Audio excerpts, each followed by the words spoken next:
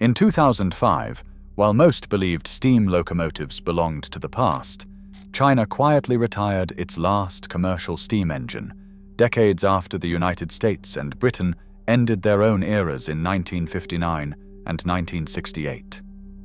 But what drove some nations to hold on to these giants for so long? And what does that reveal about the world's last true steam survivor? To understand how steam's final chapter unfolded in different corners of the globe, we need to uncover where the endings really began. Steam locomotives did not vanish from the world in a single moment. The idea of the last steam engine is more complicated than it seems. Across different countries and industries, steam's final days arrived at different times, and even today, the answer depends on how you define the end.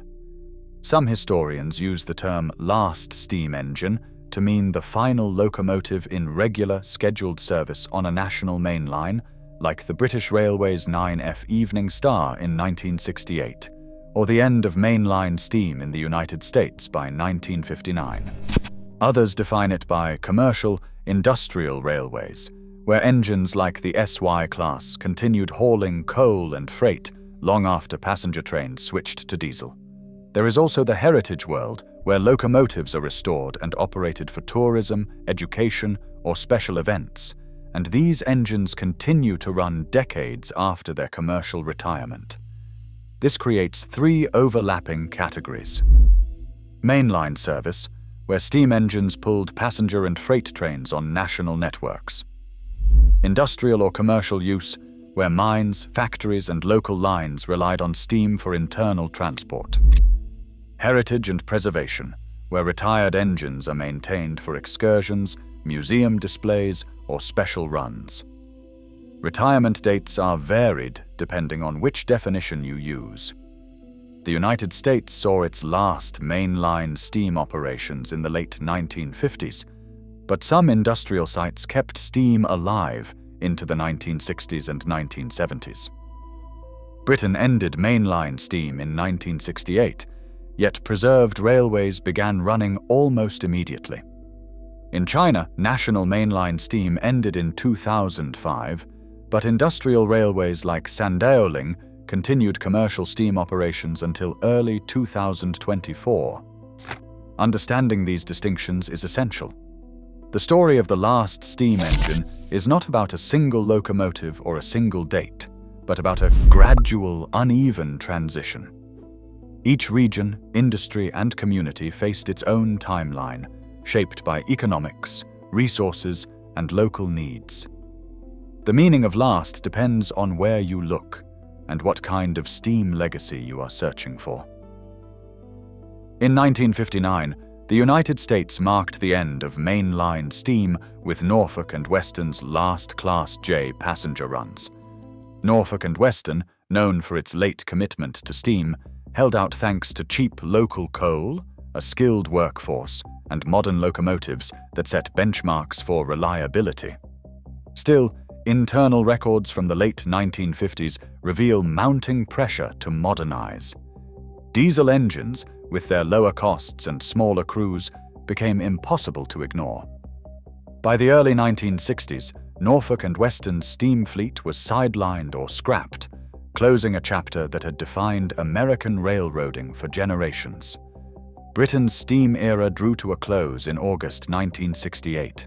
British Railways' final regular steam services, powered by engines like 9F92220 Evening Star and 8F48773, attracted crowds eager to witness history.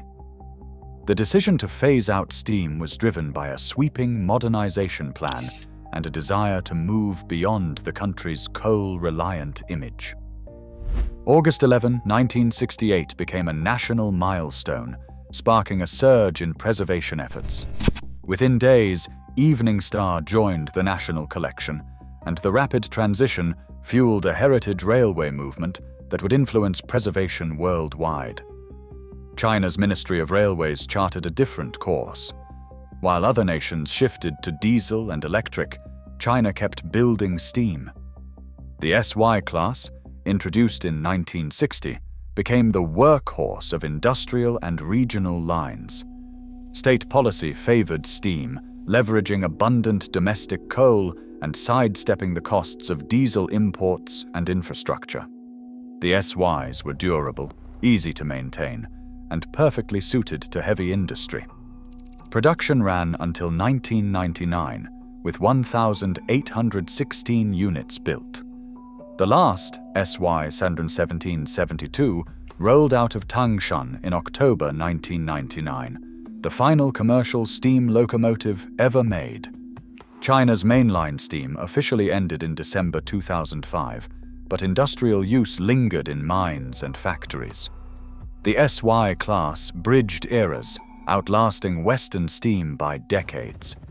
These endpoints, 1959 in the United States, 1968 in the United Kingdom, and 2005 in China, reflect how national priorities shaped the last days of steam. SY-class steam locomotives were built for endurance in some of the world's harshest industrial environments. Introduced in 1960, each SY featured a 2-8 two-wheel arrangement with 2 leading wheels, 8 drivers, and 2 trailing wheels, offering a balance of traction and stability ideal for heavy freight. Their boilers operated at 200 pounds per square inch, driving wheels measured 56 inches across, and tractive effort reached up to 40,000 pounds force. These numbers placed the SY among the most robust workhorses ever produced for industrial service. Maintenance crews relied on straightforward designs and locally available materials, making on-site repairs routine. Manual stoking and basic tools kept the SY running with minimal outside support, a crucial advantage in remote mines and factories. Yet even the most rugged steam engines faced limits. The core challenge was efficiency. Steam locomotives convert only 5 to 7% of coal's energy into usable motion. By comparison, diesel engines introduced in the same era routinely achieved thermal efficiencies between 30 and 40%. This gap translated directly into operating costs. Steam engines burned more fuel, required more frequent stops for water and coal, and needed larger crews, often a driver, a fireman, and sometimes a third person for maintenance. Diesels, by contrast, could be operated by a single engineer, ran longer between servicing, and eliminated the need for water towers, coal bunkers, and ash pits. For China's heavy industry, the SY's strengths of durability, simplicity, and fuel flexibility delayed the switch. Domestic coal was cheap and abundant, and the workforce had deep experience with steam technology. But the economic case for diesel became impossible to ignore as labor costs rose and the need for greater efficiency increased. Even with all their strengths, the SY fleet could not overcome the fundamental advantage of diesel's lower operating costs and smaller crew requirements. The story of the SY is not just about technical resilience, but about the economic realities that eventually ended steam's reign. The engine survived where the numbers added up, but the march of diesel power was relentless, reshaping railways around the world. Heritage survivors operate as living museums across the rails.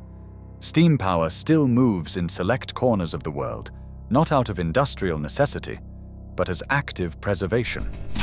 In South Africa, the Class 25NC locomotives, built in the 1950s, continue to haul tourist trains across the Free State's wide plains.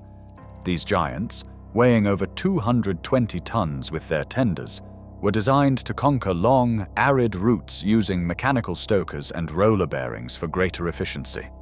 Their presence today on enthusiast specials demonstrates endurance and the dedication of preservation teams who keep them running in a challenging climate.